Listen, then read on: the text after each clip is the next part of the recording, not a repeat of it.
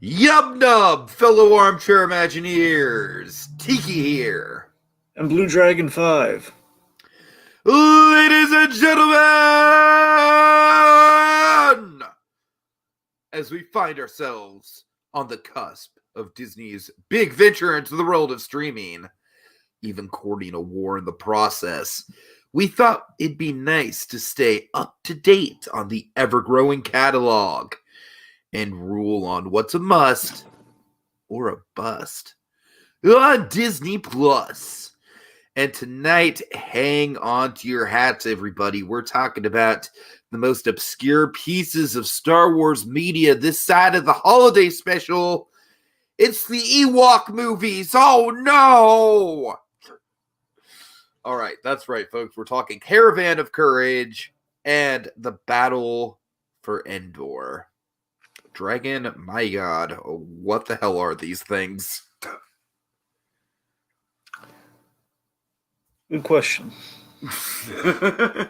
Okay, so just as a thesis for me, just to jump right into it, these aren't great by any means, obviously, but I kind of like to pretend that they're just George Lucas's home movies, and when I pretend that they're that, then I think they're super charming.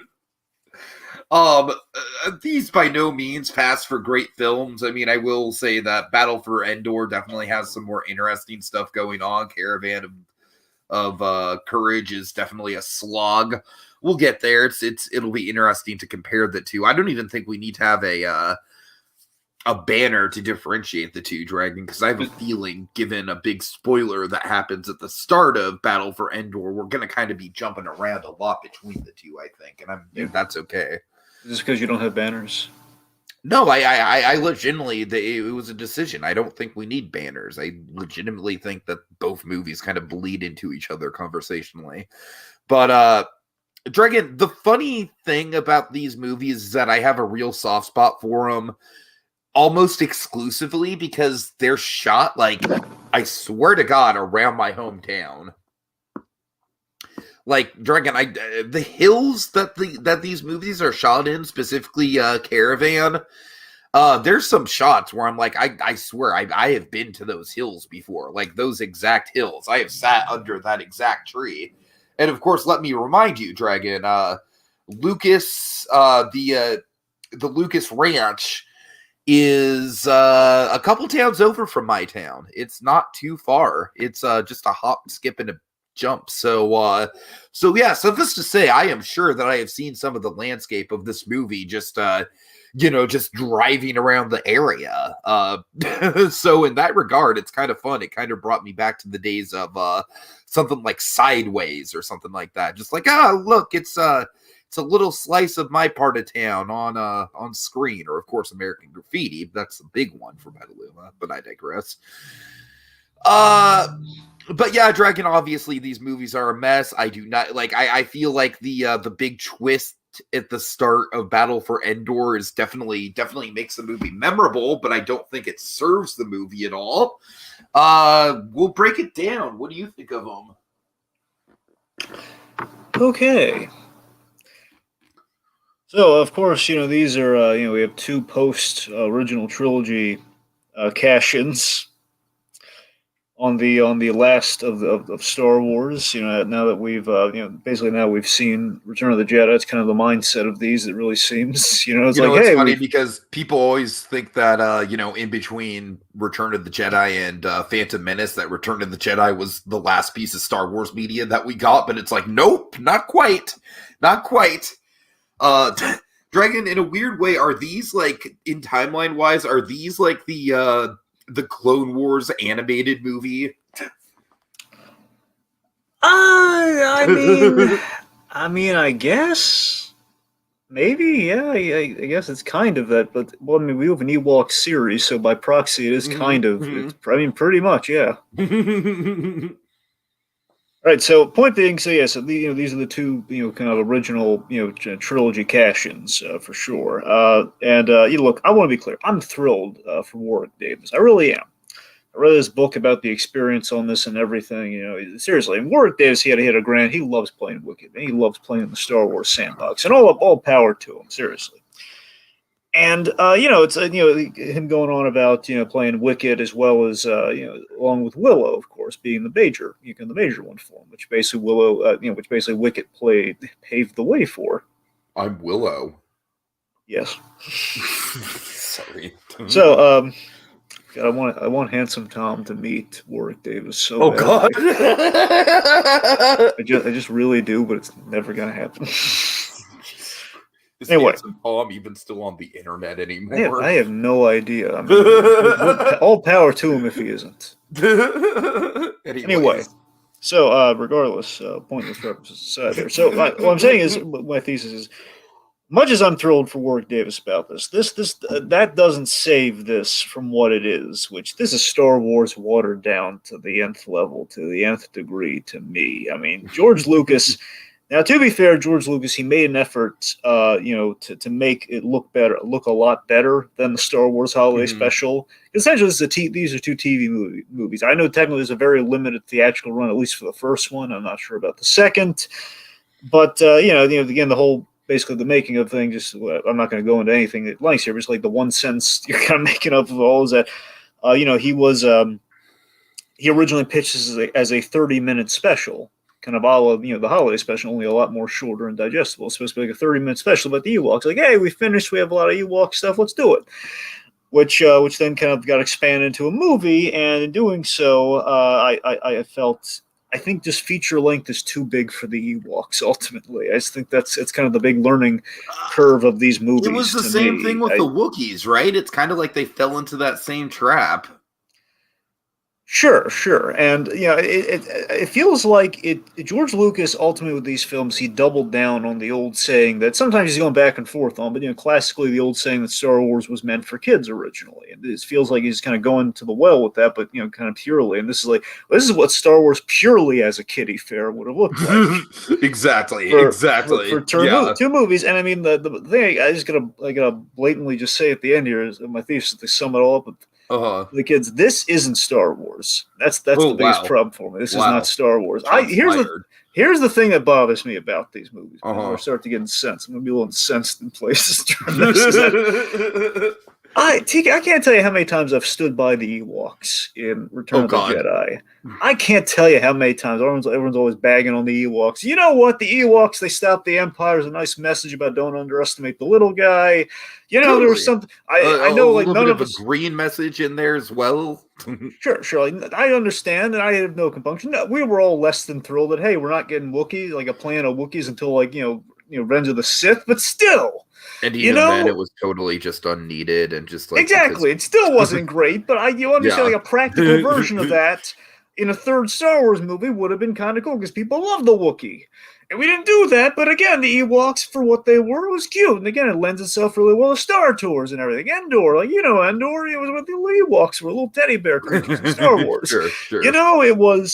It was nice and simple, and I just tell you, I usually defend those Ewoks anytime I see them because based on the movie, not here, not in these two. These two are just completely. This isn't Star Wars. Okay, a lot to digest there. I like these more than you, but I'm not surprised at all because obviously I like so bad it's good type of stuff more than you do. I don't know what I was thinking agreeing to do this with you. I really don't, honestly. I'm honestly surprised that I did get you to agree to do it. You are so lucky to have me. Especially you know that. Okay, because it's an honor, Dragon. It's an honor to have you. Honestly, I didn't even want to do this, but I figured I couldn't talk you out of the whole vintage angle, so I got stuck with the stupid Ewok movies. Okay, well, let me talk about the vintage angle for just a second, because I really do think this whole vintage Star Wars brand on Disney Plus is it is an understated little addition to the Star Wars corner of Disney Plus, and I like it, Dragon. I love that we have these. I don't like talking about them, but I love that we have them. That's fair. That's totally fair. And keep in mind, we've got a whole back catalog of hints and content that we still need to somehow get to. Here's what I want them to add on there. Okay, here's what I have on a shelf in DVD form. I want R2-D2 Under the Dome. Did you ever see that? No, I didn't. What is that? That's what I wanted to do in place of the vintage stuff, but it ain't on Disney Plus. It would have thrown off our whole feng shui. But Okay, you know what they really should put on there though? From Star Wars to Jedi. What? Oh, right, yeah. The behind the scenes special, yeah. Yeah, the behind the scenes of Return of the Jedi. You're sure that's not on there? I'm not 100% sure, but I think it would have stuck out to me if it was, because I have mad nostalgia for it. I know. And we got Atomic Beast in the comments. Woo! Hey, Atomic Beast, how you doing? Have you seen these movies? I'm curious. If not, then boy, we're gonna have a fun time describing them. Well, at least one of us is. But... Haven't you seen my movies? All right, that's kind of what I sounded like. I'm sorry. So if I had to pull a clip for myself of what my experience was with these, it would be. And again, this is not the best out of this trilogy of things, but still, I mean, it's still back when it was actually at least attempting something. Even then, it was kind of half the gas was kind of out of the car. The third Family Guy Star Wars special. It's a trap. In which we have like one of the great gags in that. It's dark as all get out, but it's hysterical. It's a trap. Peter is Han Solo. We basically, they get the drop on the guys run the station. We bring him out. Dig your graves with your helmets. Wait, what? And this is Han. It's a little dark. Says, I've had up to here with Ewoks. Okay, you see, that's the kind of Han Solo I wanted to see in Return of the Jedi. Yeah, and that's what that Family Guy special had. The feather in its cap. Unfortunately, it had a little bit of the whole deflated. It had a little bit of that deflated. Like we're stuck doing the third one. Even in the opening crawl, like made fun of it all over the place. Like, yeah, we weren't allowed to do Ted 2 if we weren't allowed to do Ted if Seth didn't do this. So Oh God, the less said about Ted 2, the better. Am I? Well, no, I think it was actually the first. I think it was back. It was actually back when things were good with that. But still, it's just like there was a cost. Anyway. Okay. We have Jedi Knight in the comments. Hey, Jedi Knight, nice to have you. I wish we had Star Wars to give them, but Yeah, Jedi Knight. Have you just out of curiosity? Have you seen these weird little Ewok films? I'd like to know in the comments if either of you guys have, because it's a ride. But Dragon, I honestly look at these as DIY Star Wars, if that makes sense. No, it's not real Star Wars. Absolutely fucking not. They're riding around on ponies, Dragon. Of course it's not Star Wars. But I would like to think of it, Dragon, like I said, it almost kind of feels like this almost kind of feels like the sort of thing that my buddies and I would go up and film in film school, and it literally feels like that because it uses probably some of the same locations that my buddies and I used in film school because my God, that area looks familiar. But no, man, I mean, honestly, like, I give it credit for trying. Like, obviously the acting in this is terrible. Only Battle for Endor. All right.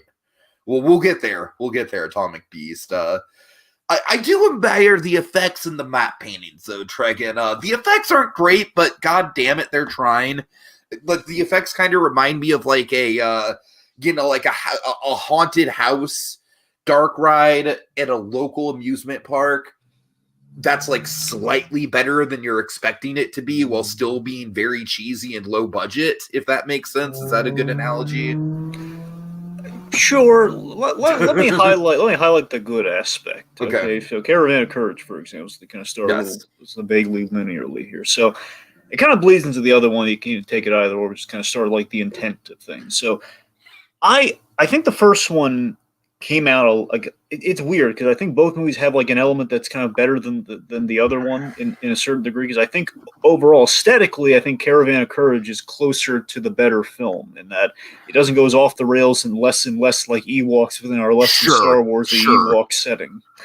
So like I think the looks better. I think the overall feel, I think we're truly in the redwoods here before going like castles and stuff in the second one. And big reason for why I think the first one looked so good. And I'm not saying he wasn't around during the second one. I think it really came across more. So Joe Johnston was involved in Caravan of Courage. So Joe Johnston, of course, production designer on the original Star Wars, pretty much all the original Star Wars fare. And also he went on, of course, to direct The Rocketeer and Captain America, The First Avenger. So, and of course, also designed the Iron Giant the way we know and love him. So that's Joe Johnston has done a lot of great stuff. So point being, that's a very underrated element of Joe Johnston's career. Joe Johnston, and also, if I recall, he directed the first Honey, I Shrunk the Kids too. So there's a lot. Joe Johnston has done tremendous work, also design work, first and foremost, which bleeds into this. So he's been a big advocate for the Ewok stuff. So he did like a little storybook based on the Ewoks, which kind of set the tone for this. So Joe Johnston, I feel, was the guiding light for how this thing could have looked. But the problem that he had to work with, everyone had to work with here, I think the thing that cripples this movie from being something kind of nice, it's a very, very low TV budget. Oh, yeah.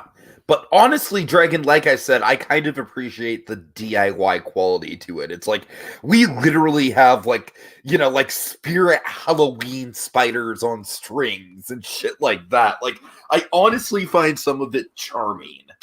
But it doesn't look good. It's not real Star Wars, but it's charming. All right, sure. Joe Johnston did Who Framed Roger Rabbit. Is it what did he do on Who Framed Roger Rabbit? Well, I know he didn't. I'm going to assume he did production design on it. Yeah, he absolutely did not do the animation on it because I am in a Richard Williams rabbit hole right now, baby. Really? But yes, I am. Yes. Okay, there you go. But yeah, I imagine he had a hand in production design. It's kind of weird we didn't get to see him on the Prop Culture Quest things, given the fact that he was on this, but because we saw Joe Johnston doing the Honey I Shrunk the Kids segment. That is kind of weird, yeah. Well, regardless, anyway. So what was I?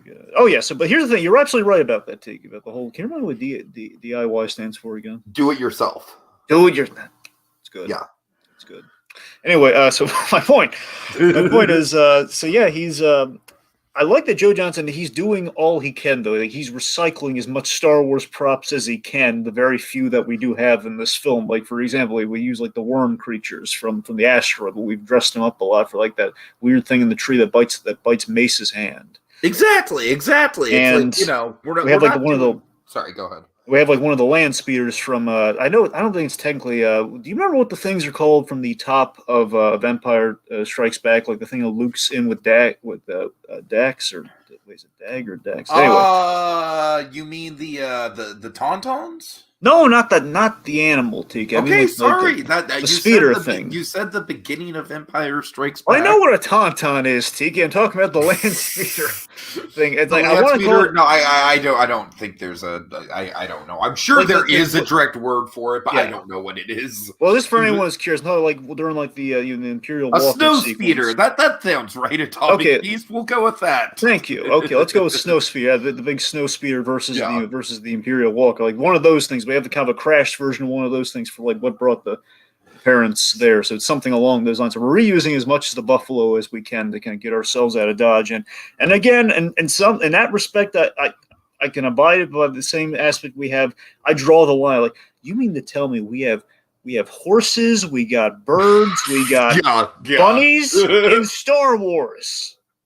And Tinkerbell fairies too, apparently. Yeah. I love it.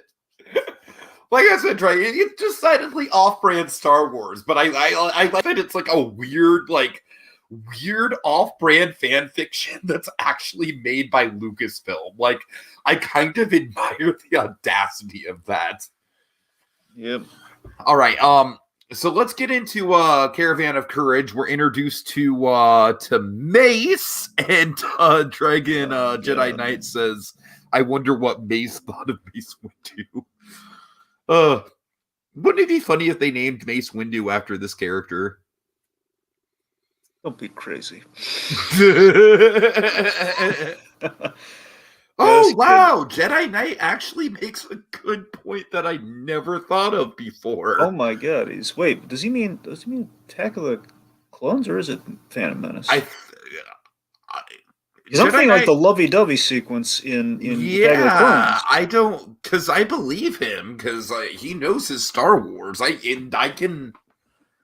thinking Attack of the Clones too. Jedi Knight, where specifically are these swans? And are you sure they're not like some sort of space swans? Or are they actually just swans? Because you're right, that is weird. Because my point is, like, if you're gonna have animals, by all means have animals, but like if we've learned in anything, let's just give you Mando, for example. We gotta, like, it's not just a frog; it's a space frog. Right? Exactly. You know, or it's like a frog person. You know, that's what I'm saying. We got to go really next level with it. Yeah. You can't just have, just regular, It's not just a crab dragon, it's crab people. Yes. And I mean, like the South Park reference there. Sure. And I mean, the furthest we've stretched from that were like the weird space horses that were. We had space horses, and then we Oh, had. the stupid space horses. I thought of the stupid space horses when I was watching That's the thing. them. We've done the space horses twice. We had the actual space horses in Last Jedi, which I mean that's what that is. I know there's actual name for them, so they're fine. But then we do. I can't remember if we just did actual horses or they were just somewhat spacey in episode 9. You know, when It was the same kind of space horses, Dragon. Really? Okay. Well. Yeah. Well, there you go. Still, was always kind of weird. It was just so blatantly like, hey, look at us, we're riding horses. Yep. In space. Yeah. Because gravity doesn't matter, apparently. Okay, Jedi Knight's right. Jedi Knight. Anyway, so Jedi Knight, he points out that they're in Phantom Menace, all right. It's when Qui-Gon Jinn, Obi-Wan, and Jar Jar arrive at Speed from the water ship. You're absolutely right. That's a good. Okay, I completely forgot about that. That's a good pull, Jedi Knight. That's a good pull. Were they at all spacey or like CG? I don't think so. I don't think so. I think they're just, from my memory, I think they're just basic ass ones. I wonder. Here's what I'm curious about. I wonder if that's like just like we're going to use the landscape that we're shooting at because again, the Phantom Menace was done practically. Sure. So I wonder if that was why we're stuck with that. It's like again, that's why Phantom Menace is my favorite of the prequels. Sorry. And I'm assuming that the process was somewhat similar here of like either we have no wildlife or we just use the natural wildlife. Those are the options right now, and it's like well, they wanted like they're not going to look like they're like it's in Star Wars, but it's better than empty space, so it's like, is it though? I kind of would have preferred just nothing. I don't know. I hear you when it comes to stuff like horses, Dragon. I mean, the bunny, though. We don't need a bunny in space. Yeah, we don't need the bunny, no. You know what would have been cool is if we had the actual, like, Han Solo type bunny character that was in the comics. You know which one I'm talking about, right? Vaguely. Yeah, I don't know much about him either, but I've seen his design floating around. Anyway. Okay, so I think we're spending too much time on the wildlife issue, but yes, I'm not crazy about I'm not crazy with all the magic and the pixie of it all as well. I think we're just like, I know the Ewoks they really believed in. Here's the thing, I absolutely understand. Okay, let's get into the Ewok culture a little bit, but I feel we kind of sidestepped that twice over. The Ewoks, they believe in sorcery and magic. Okay, I honestly think the pixie scene is where this movie jumps the shark. I really do. And ultimately, this film, as it's been described by many, I absolutely agree with this comparison, is that the film serves as the prototype for Will. That's pretty much what these films are. Yeah, totally. And to go back to your point about Warwick Davis, I absolutely agree. I honestly think it's awesome for him that he got to essentially have a trilogy of Wicket movies with these two and Jedi. Like, I think that's great. Like, that must have been the time of his life. And also, just to give credit where credit's due, Lucas, he was terrified after a holiday special, so what he did here is he's actually involved in these films. It's not just like like Lucas basically kind of handed it off, and he thought it was going to turn out fine. And he was horrified to find out the results. So he's I think he's directing a couple days on these, at least the second one, I believe. But yeah, he is involved. He was actually working. What else is he doing? You can kind of feel it too, man. You can. And that's the thing. There's a scope and there's a majesty to it. Like at the top and everything, you're kind of sucked in. And less so in the second, but I know there's a declining factor. But how do you? Okay, here's a big question. Okay, here's something we got to talk about with Caravan, particularly. How do we feel about the Burl Ives narrator? I kind of like it, honestly. I understand why people don't. I understand why it's unpopular. I like it just because it gives the whole thing kind of like a true life adventures vibe. I'm kind of split on it, but I think split in the positive because here's the thing. The logic to me seems to be, okay, we're going to have a narrator this go around to fix the Wookiee problem from exactly, which makes sense, and I get it. But here's what I wonder. Here's what I'm split on. Here's what I'm not just like going like, okay, that makes sense. We would have to. So is that it makes me wonder, would the story be stronger if, assuming we had perhaps better writing or performances on the children? Well, that's we're not getting that, Dragon. Let's be honest. But I'm saying, like in the modern day we have now, like we could have. I'm like, of course, like in the post-Parasite world, like we could bring have, in like, the Stranger Things kids. What I'm saying is filmmaking today, like especially in the more artsy that we go, we could probably get away with Wookiees untranslated, Uh-huh. possibly. Uh-huh. Quite possibly, or maybe we give them the subtitles. I don't know. The point being, we do one of that, and we could probably make it sing in today's audience. I'm just saying the middle ground being perhaps if we had a thing where okay, the kids are trying just to navigate with Ewoks, much like Carrie Fisher did as Princess Leia with Wicket, as the duration of the film, in which okay, kids are lost, Hansel and Gretel style, and they very much you can kind of tell they pattern the plots of these after fairy tales, much like George Lucas looking at the Joseph Campbell of it all for Star Wars and the Sure. Kurosawa, if you will. More so for Mando, but I know it's a whole different kettle of fish. But you see my point. Yeah.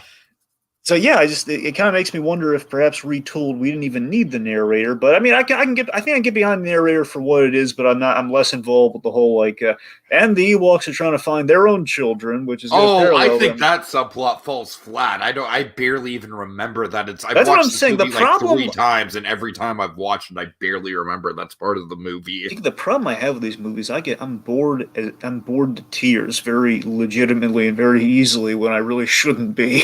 I hear you. Just trying to follow along with what's happening. Where I'm just like I said, I think I'm a little bit more engaged in it just because of the the DIY effects of it all. Like I kind of have a fondness for that. But let me tell you the best effect in Caravan. Though. Okay, it's the Gorax. The big monster. The scaling on the big monster is really cool. The big Pumbaa thing. I guess it's kind of Pumbaa. I didn't really think Pumbaa. I was just thinking like giant. Chris Stuckman made that comparison, so credit where credit's due. Yeah. Anyway, so the point is the Gorax, the big monster. It's kind of holding the parents hostage. Yeah. Good effects for all you really got in terms of the positive on this. So I'm just kind of. Believe it or not, I actually like the giant legion of spiders. Like I said, very spirit Halloween, but I like that it's I thought it was nice. I thought it was a fun effect. Did you think Mace was like kind of look wise? They were trying to evoke as much Luke Skywalker as they could. Absolutely, no question, no question. Now, here's the I'll give them credit. They were going for the young Skywalker look for sure.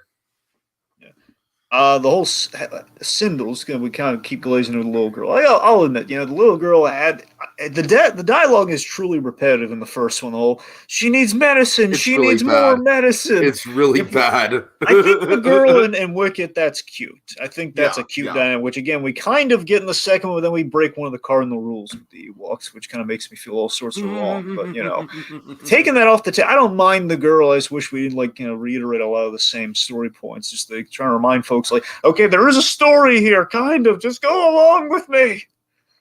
The biggest offender for me in that regard, in terms of like pacing, is like that chunk in the middle of the movie where at first Mace gets trapped under that, under the water by that weird spell thing. And then immediately afterwards, we have that whole incident where the girl's in the cart thing and the donkey goes running off. And it's like, oh no, we have to get her back. And it's like a 1 minute chase scene, and it's just like, yay, you're back, hooray! I mean, look, what are we doing here? What are we doing? We're literally just spinning our wheels. That's the thing. Let me tell you what I'm getting behind. Again, I think visually, we have some good stuff going on outside of like the wildlife. Matte paintings. Yeah, we got matte painting. It looks old school, How can you argue with matte paintings, Dragon? Exactly. You can't. I know. And like for example, I gotta tell you that underwater sequence. I think in concept, that's a great idea, like doing dragging the kid underwater, which was a little more spectacular what was happening underwater. But I just like the whole we've always seen we've seen the Dagobah swamp where R2's sucked in and we don't see it, but like the idea of seeing underwater, it's kind of cool. We never do that in Star Wars. For all you cool Lord of the Rings kids out there, it kind of reminded me of the Dead Marshes. Right. Yeah, you're gonna get that reference, Dragon, because you're a cool kid. Right. Sorry. Wow. Anyway, so I think I can get behind again, like the kids bonding with the Ewok and like the boy, for example, like kind of having like a moment of like, okay, I was a little against these guys, and they kind of he melted to him, much like our guys did in Return of the Jedi. I can get behind that as a story, as an idea for the story. I don't think it necessarily comes across as well as it could because the kids kind of pick and fight when it doesn't need to, but yeah. I gotta get that gun back. Like, do you really though? I mean, we should be very proven. The Ewoks they're little teddy bears for all intents and purposes. Look at them, come on. Also, but Dragon, Go ahead. Sorry. Tom Beast makes an excellent point that we already have the Clone Wars narrator, which is true. So we're not too That's for true. it. Yeah. It's always that weird line where the Clone Wars show subverted the opening crawl with the narrator, so that was kind of in place of the crawl. So and I kind of like that because it's grown on me. It almost kind of reminds me of like a newsreel or something. I'm sure that's what they were trying to evoke, right? Absolutely. But again, just to be clear though, that's kind of reminds me of the Korra openings, honestly. No, you're right. It was kind of Korra before Korra came into being, so to speak. But that's the thing, though. So it's still very night and day, though. Like Burl Ives in a nature documentary basically fill in our story gaps. Like what are the Ewoks necessarily doing before the kids come into play? That translates some of this versus like again, still like we're basically just doing the crawl differently, which is what Clone Wars does. Yeah. Okay. Let's see. So, Dragon, thank God we have a nice family reunion, right? I mean, isn't it so fucking wonderful that Caravan of Courage ends on such a happy note? Like, isn't it so great? Like that they all get reunited, and and mom and dad are safe, and isn't that just such a high note to end out on? Yeah, I'm sure there's going to be many happy sequels. Okay, I'm sorry, Drake. Do you have any final thoughts on Caravan of Courage before we transition here into what I'm obviously transitioning to? All I'm going to say is what gets us, the next film is the fact that everyone, I assume, everyone's starving for Star Wars, especially with the idea that maybe there's going to be another 3 movies. They're salivating, so that's why the ratings for this were utterly through the roof, and that's why we got another movie, because everyone's tuning in thinking, more Star Wars, and like, just more Ewoks, and there's no stormtroopers in this at all. What's going on? I want to see Ewoks kill stormtroopers. What's going on? And all right, so you want violence? You got violence. The brother dead. The mother dead. The father dead. I'm literally screaming into my microphone, Dragon. Really, I couldn't notice. So yeah. This threw me the fuck off, Dragon. Like, here's the thing. Sindel, she's cute. She's got the dynamic with Wicked, and she's cute, right? But I would say out of the family, like, you really want to carry the movie on her? You really, you got this whole. I'm sorry, Dragon. This is kind of a rant here. You're gonna just kind of have to go with me here. I'm gonna go on a little journey. So you got this whole family that you build up throughout the course of the first movie. Dragon, they Alien 3'd it. I'm sorry. You want to add to that? Yeah, it's so they took like the Heidi model. We're okay. So the girl's orphaned. Instead of like the Hansel and Gretel thing we had the first movie with, okay, a little girl, kind of our Shirley Temple of Space, if you will. She's looking for, she's just going along with the little Ewok buddy and basically runs into an old hermit. That's pretty much your story. And then we have to throw a lot of, it's funny you bring up the alien of it all because we have Wilford Brimley at play here. Yeah, okay, so Wilford Brimley is MVP, right? Yeah. Like no question. Yeah, at all. I mean MVP. Yeah, I feel bad that he's kind of stuck in this, but hey, Wilford Brimley. And honestly, he's trying. He is. That's what I'm saying. It's trying his damnedest in this thing. Wilford, you're in a movie where Wicked's talking. Okay, you don't need to try that hard, but I love you for it, man. It's like seriously, that they broke it's the cardinal sin. The Ewoks talk. It's okay. What's the mouths move? They look half puppet, half suit. Yeah. It's weird. I'm sorry. Yeah, go on. I hope I'm saying your name right. Automatone says trans right. Says hey there, Automatone. I could be wrong. I want to say this is Honeybee. Just under. I think so. I think you're right. I won't make any. I won't jump to any assumptions. I know nothing. I see nothing. I'm Hogan from Hogan's Heroes. I got nothing. Wait, was that Hogan from Hogan's Heroes who said that? I thought it was. I thought it was the Nazi guard. No, you're right. You're right. I'm sorry. I'm going to correct you there really quick. Occasionally, I know my trivia. I Dragon, forgot. Occasionally. Do you remember what the? You don't remember what his name is, do you, Mr. Trivia? Oh God, no. This is why I tried to keep it vague, but you're right. No, I will look it up though. I will. I think it's like I will Google it. I want to say it's like Private Schultz or something, but I don't know. That sounds right. It was something with an S, but I didn't want to took the leap. Maybe it is Hogan, but nope. No, it's not. Yeah, it's a dumb leap. Anyway, so. Okay, hold on. Yeah, it's Honeybee. Just to answer our questions for this whole duration, but that's what I figured. Hey there, Honeybee. You keep switching your usernames on me, and I don't understand. No, I'm just kidding. Oh, what the heck is that? I went a little Travolta there. Oh, let me do my Travolta Godfather impression. Understand. Here's my impression of what if Travolta auditioned for Fredo from The Godfather. Okay, you ready for this? Uh-huh. Papa, why? God. That's why he didn't get the role. It wasn't good. Oh God. Dragon, I am spending way too much time trying to find this. Just type in the line and Hogan's Heroes. It'll tell you who says it. But then, anyway, we're just okay. Let's shift back in the focus. This is what this Ewoks thing does to us, folks. So again, yet again, just to bring things around again to why we're so disinterested from this. At least why I am. I think we continue the problem. You were right. It was Schultz. Nailed it. You know why I nailed it? Why? Saul Goodman. Yeah, sure. All right.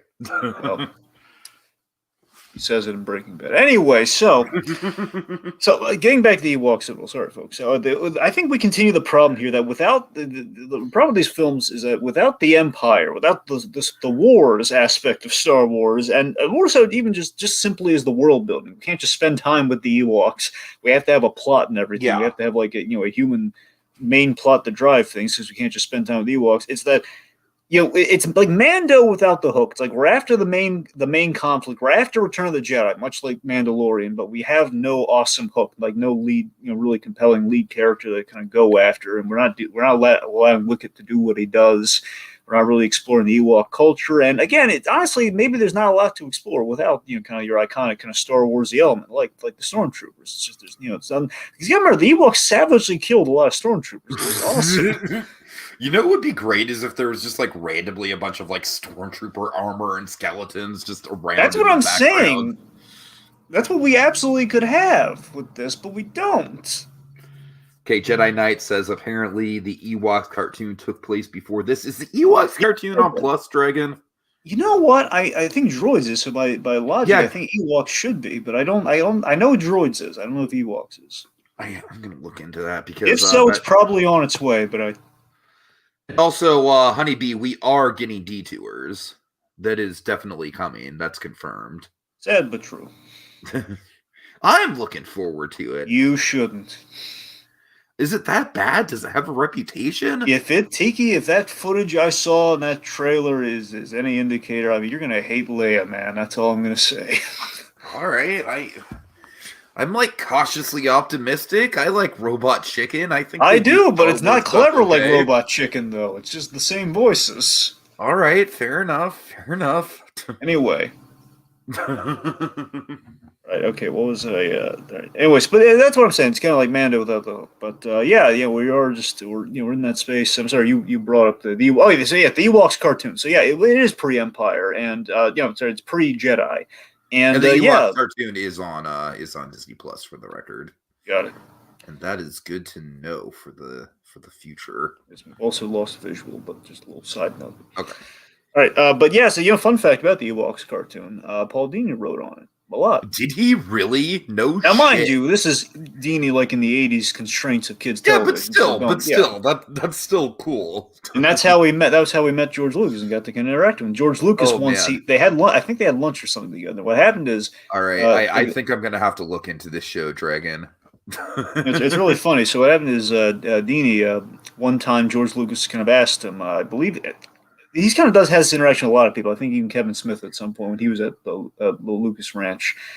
It's kind of this question like, why do you think Boba Fett's so cool? It's the T shape, it's the mystery, it's the helmet. That's why it's so popular. And of course, we get a Mandalorian show years later thanks to this. Thanks for these smart questions. All right, but yeah. Actually, Jedi Knight is right. Droids is not on Disney Plus, Dragon. Oh man. Yeah. Well, is that the one you're really after? Really? I mean, that's the one I would watch. I would watch that more than Ewoks.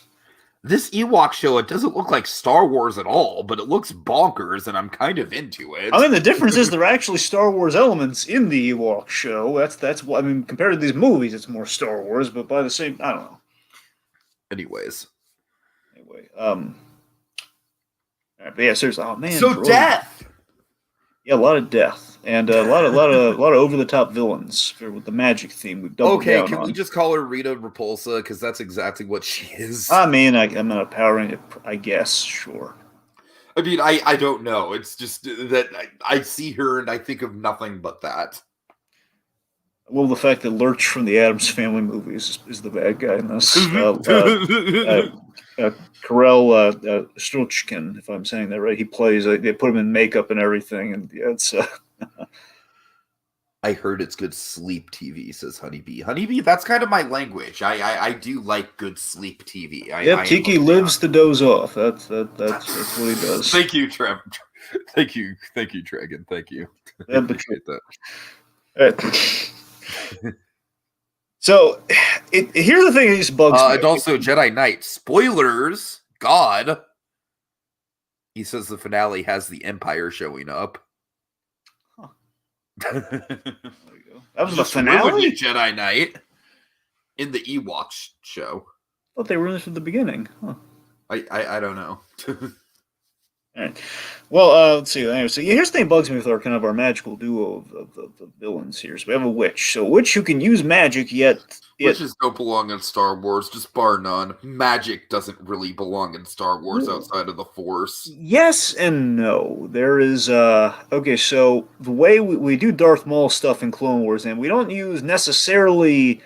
It's more like magic in the Greek mythology sense, which works a lot better. You know, that's more of like, it's like, you know, they have like what is it? Not soothsayers, but like the fortune tellers from Hercules. You know, like you have the Fates or whatever. You know, those guys. So you have something like that. So, yes, I mean, that's like Fates. I know it's the Fates because they're in Hades Town, and I love Hades Town. Yeah, so the Fates essentially have something along the lines of Fates and like a sisterhood of some sort. So I think that plays. I'm not saying you can't necessarily have magic for that reason, but you can't have. It's like your whole gimmick has to be magic versus like, hey, here's like I'll throw a little magic in there for because right, and magic. Yeah, it's totally. Like, we're taking a very tribal culture and throwing magic at them. You know, like I'll take there's godhood and there's belief. Here's the thing: the Force is very much it's magic threaded through belief. So that's the thing. If there's like a belief thing intact there, I can buy that a lot more than just random pixies flying around. You know. For sure. Or in this case, here's the thing that bothers me. So we have a witch who can use magic, yet between our two villains, neither of them are smart enough to recognize, okay, this is a part of a ship before it's magic. So it's like we're looking for an energy cell that powers a ship that we need to get off this place before it's actually we can tell that it's magic. Like I don't. All right, I'm not even gonna lie. I totally like watching this movie. I totally phased out of what the villains were doing about halfway through. that's the whole thing. They found a power cell, and for random reasons they think the girl knows how to unlock its power. Dragon, I was just invested in the Wilford Brimley of it all. I was just like, this guy, he's like, he's kind of like a very, very low rent version of Carl from Up, He's a low rent. He's a low rent Carl Fredricksen. He's like he's grumpy on the outside, but gosh damn it, he just wants some family. Sure. Like I censored the curse word, by the way. That's real. I know, right? I just realized that. Yeah, you censored the wrong part, but yeah. Anyway, so Jedi Knight. At least I'm not saying the Lord's name in vain, Dragon. Right. Anyway. So, Jedi Knight, he has the actual term here. So, Night Sister. That's exactly what Asajj Ventress, one of the big, Sithy bad guys. As a whole arc. Oh, I think I know her. She's the kind of the the one who pops up in the Tartakovsky one, right? Yeah, she's in both. I mean, yeah, but Yeah. she I believe she popped up there first. Yeah, so that's thing. Uh-huh. So she was a member of like that mystical planet with the whole Darth Maul stuff. So she's a Night Sure. Sister. That's what she's called. I believe it's what her race might be called, or what the organization is called. So that's your magical presence in Star Wars. That's like pure like. But again, it's it's almost like a Macbeth sort of magic, witches with a coven. But it's like Gotcha. it's very specific, very targeted, not just like magic for the sake of like, oh, we're doing magic now all over the place. Uh-huh. Yeah, so you need the vagaries in Star Wars with the magic, or a leader that, or like a very specific story point, but not just, I don't know. Maybe I'm being Honeybee, there's no shame in morbid curiosity, Honeybee. Sure. Because they said they suggested detours. Yep. All right, well, Dragon really, I mean, I think you hit it on the head with Battle for Endor with okay, so with the Ewoks talking, the funny thing that's kind of a trade-off with that is that the one thing that I do think is improved in the budget from this one is the fact that the Ewoks, their mouths move. But obviously their mouths move because they talk, and I don't want them to talk, so I don't want that. It's a mixed bag, right? Yeah. Because when the movie first started, I was like, "Oh, look, their mouths are moving now. That's a significant step up, visually." But no, I mean, you hit the nail on the head of like, it's just like we're randomly at these like kind of like creepy castle locations and stuff like that. Like Caravan of Courage, it doesn't feel like Star Wars, but it feels like an attempt at Star Wars, and this honestly feels like they just threw Ewoks into like some low-grade fantasy movie at the last minute, and that honestly might have been exactly what happened. Right. Again, here's the big necessary. Again, it's so small, but here's like the biggest thing that we get from the big canon thing that we get from Battle for Endor. Oh no, there's canon stuff. One very important canon. Oh no! Oh god! Okay, I'm dying. Oh, what is it? You're gonna love it. Tell me. Oh god. I'm pretty sure this is the inception of them, but here's. I'm excited. Okay, do you remember the big battle in the third act? Not really. Hence the name. I know that was, but there's one thing that stood out. Okay. The bad guys were riding on something in the battle. What were they riding? The blurgs. What are the blurgs?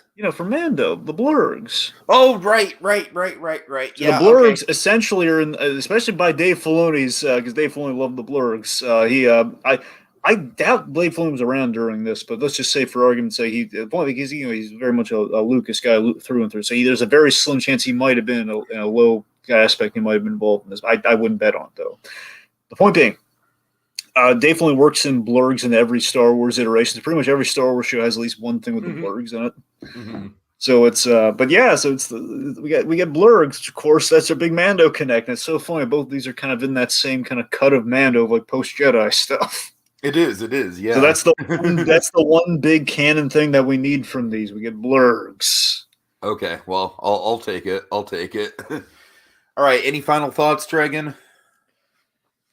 I mean, just final thoughts. I mean, look, the only merit to these films, we got blurgs, and we have essentially the droids and Ewok shows, animated shows, which apparently we don't even have droids yet on Disney Plus. So it's kind of it's still an ongoing effort at this point. But you see,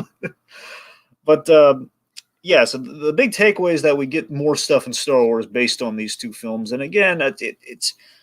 The inherent flaw in all this, post Jedi with no substance or world building, or again, we have the less Star Wars we have, it raises the question more so, why are we here in the first place? I mean, outside of like, hey, Ewoks, aren't they cute and cuddly? It's desperation of the highest order of Star Wars. Of like, we're so desperate for Star Wars, we just like we're doing stuff with the Ewoks, but we really want to do a Wicked movie. Can you imagine if we made a Porg movie, for example? That's what I'm saying. It's like there's only without the Star Wars, it's like. Simple story or no, it did not hold my attention at all. It hurt my feelings on the Ewoks. I did not have a good feelings. Time. Wow. I mean, just in the fact that like I was defending those Ewoks, and I mean, like kind of it lulled me into that false sense of security at the top. You know what? Maybe this is gonna have good production values and be kind of a nice little exploration of the wicked and Ewoks, and like okay, and then we're just dragging things on. We got this narrator telling us what we're like. Ewoks are trying to find some baby Ewoks, and then we run to these kids, and it just kind of got worse as I watched both movies. And the second one I was just bored out of my skull with. So Brimley or no Brimley, it was just it's not enough. All right. Well, fair enough, Dragon. Fair enough. Yeah. So with the first one, I did love the DIY quality, the matte paintings. There are like a select few things about the first one from a production point of view that do kind of sing and do kind of feel like Star Wars. And then the second one, on top of just having a generally sort of like what the fuck opening that kind of reminds me of Alien 3 more than anything else. It's kind of a train wreck, man. It really is. It doesn't feel nearly as much like Star Wars.